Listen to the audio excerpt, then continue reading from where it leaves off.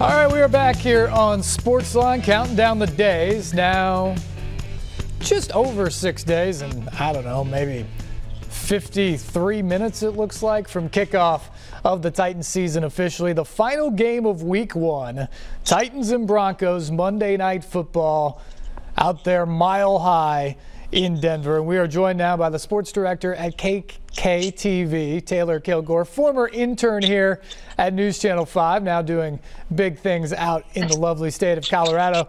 TK, I got to ask, though, it's like September 8th or something, and it snowed there today. What's going on out there? Well, let's just say, Labor Day weekend, we had 3 days of 90-degree temperatures. Today, we're in the 30s with some snowfall. That's just Colorado, Steve. You got to be ready for anything when you're in the Mile High City. Yeah, weather's a little crazy, but we're supposed to get right back to summer in a couple days, so I'm not worried about it. Well, that is certainly crazy, and the big news tonight kind of corresponds with that. The Broncos had an extra day of practice today. Wasn't in pads or anything like that, but they got on the field for a little extra work. But because of the weather, the way I understand it, they were inside in the bubble or in the practice facility, so no media allowed to be in there today. And during that practice, Von Miller, the great all-pro pass rusher, went down with what is believed to be a serious injury. What do you know about what happened to Von Miller today? Yeah, what you just said is exactly correct. It's kind of a freak weather day, and this is just a freak thing that has happened is how it's being described, because you're right. The Broncos, they were indoors today. They weren't in their pads. They were in their shells. They're going to crank it up later in the week. So today was one of those days where we're just dipping the toe into the pond, as far as prep week for week 1. And yeah, from what I understand, I was not at practice today. I'll be up there tomorrow, but Von Miller, to have any kind of injury in the same sentence with Von Miller is just not what you want if you're a member of Broncos country. He's everything to this team, but from what I'm hearing, it does not sound good. In fact, they think it's going to be season ending. I would never bet against Von Miller, so I'm hoping everyone's wrong and he's going to be ready to go on Monday. But just absolutely devastating news for this team, especially when there's been so much buildup to see what he can do with Bradley Chubb finally back healthy. Jurrell Casey, you guys lending him to us from Nashville. It's just really frustrating, especially when you note the timing. Well, the Broncos are sending him to an MRI. We'll know the full extent of the injury and the timetable for return after they get that. But all indications are there is a significant injury, which almost certainly means he won't be ready to play on Monday night, barring a miracle for Broncos fans and for Von Miller himself. How does the loss of Miller change that Broncos defense and all the pressure that Vic Fangio defenses like to bring when you take him out of the mix? Oh, I think we all know it changes absolutely everything. Here's the thing, as Broncos fans, we've been so excited to see this defense hit full throttle this year. And with Von Miller, the fun thing, it's been a weird season, right? Or off season, virtual, training camp was weird. Everything was a little weird, but you're looking at Von Miller, you're like, okay, something's brewing with this guy. Like, he's obviously an 8-time Pro Bowler. I mean, he means everything to this franchise. He's one of the best pass rushers in the league. But this offseason, you talk to any of his teammates, you talk to Vic Fangio, they're saying something's different with Von. Now, last year, he only had 8 sacks, and, by most people's standards, that's a nice little season. For Von, not nearly what we're used to seeing from him. So I think this was the season he was ready to unleash, especially when you have Jurrell Casey in there demanding what he does, and then you get healthy Bradley Chubb back. We saw those two play when Bradley Chubb was a rookie 2 years ago. Got a little taste of it, but he was a rookie. Then last year, Chubb goes down after 4 games with an ACL tear. So we still haven't really seen those two work together. Now you take Von Miller out of the mix, and yeah, I mean, Vic Fangio is going to have to get very crafty, which we know he will because he's a defensive mastermind, but it changes everything for what the Broncos were hoping to have from that side of the ball this year. Speaking of Jurrell Casey, we heard him, and he was pretty animated and upset, frankly, when the Titans decided to trade him to Denver back in March for just a 7th-round draft pick. He felt that they did him wrong, essentially, after everything that he had accomplished here, 5 consecutive Pro Bowl seasons. How motivated has he been since he's arrived in Denver in your interactions with him?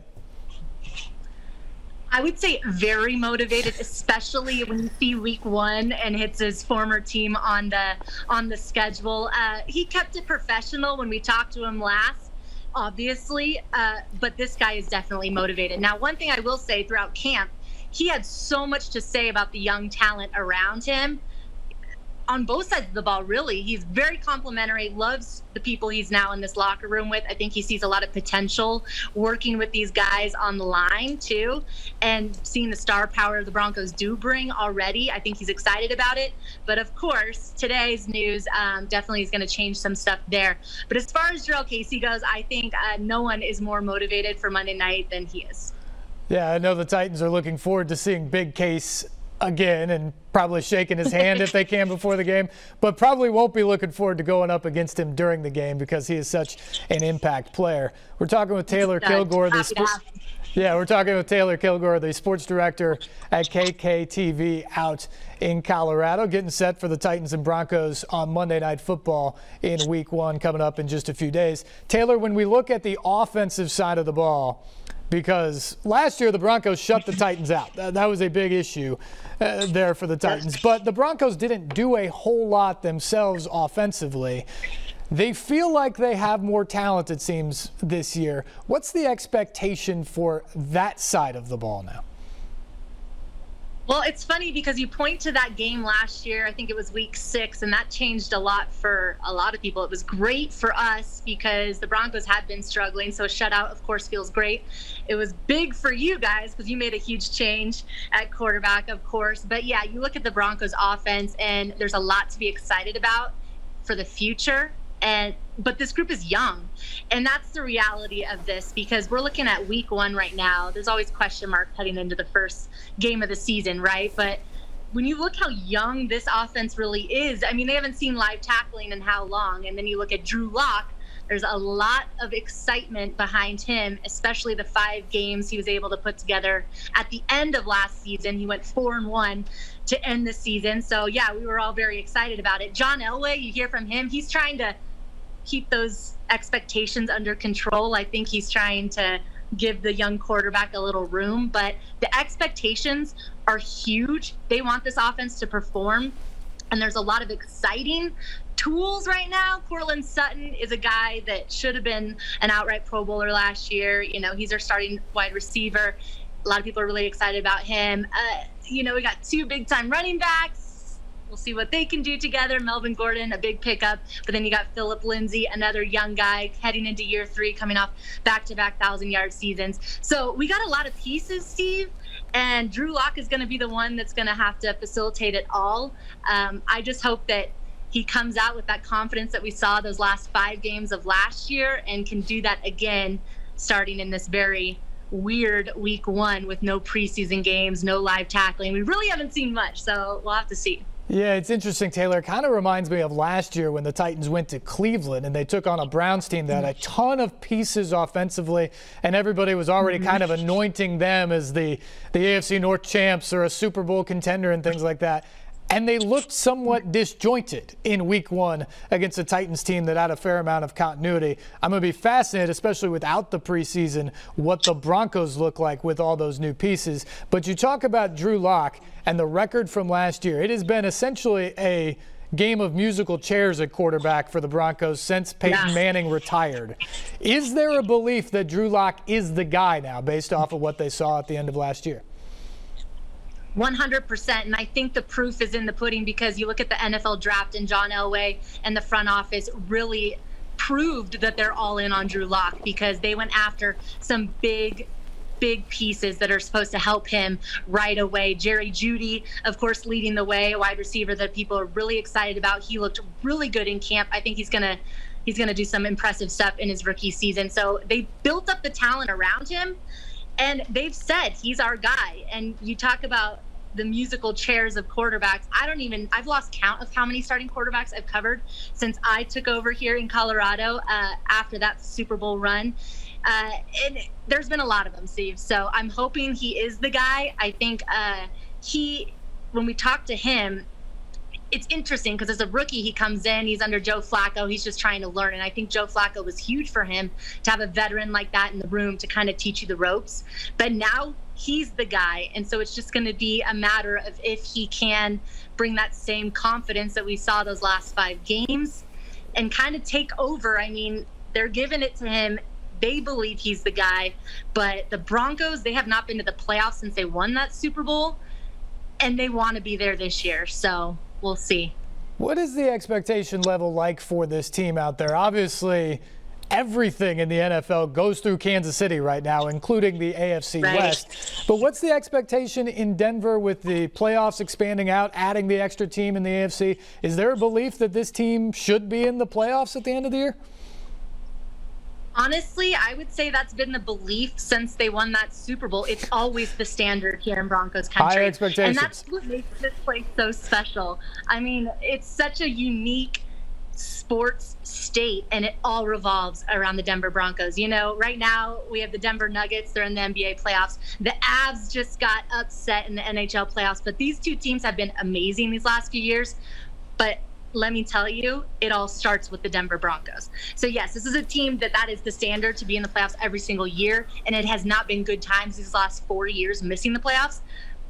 There's not a lot of wiggle room around that, and there's not a lot of time to figure it out. I think that is the standard and the expectation every season, and it starts on Monday night, and it definitely is going to look a lot harder for us if Von Miller is in fact done for now. For everybody who's ever been out to Denver and around Mile High on a game day or a game night, it's a special atmosphere.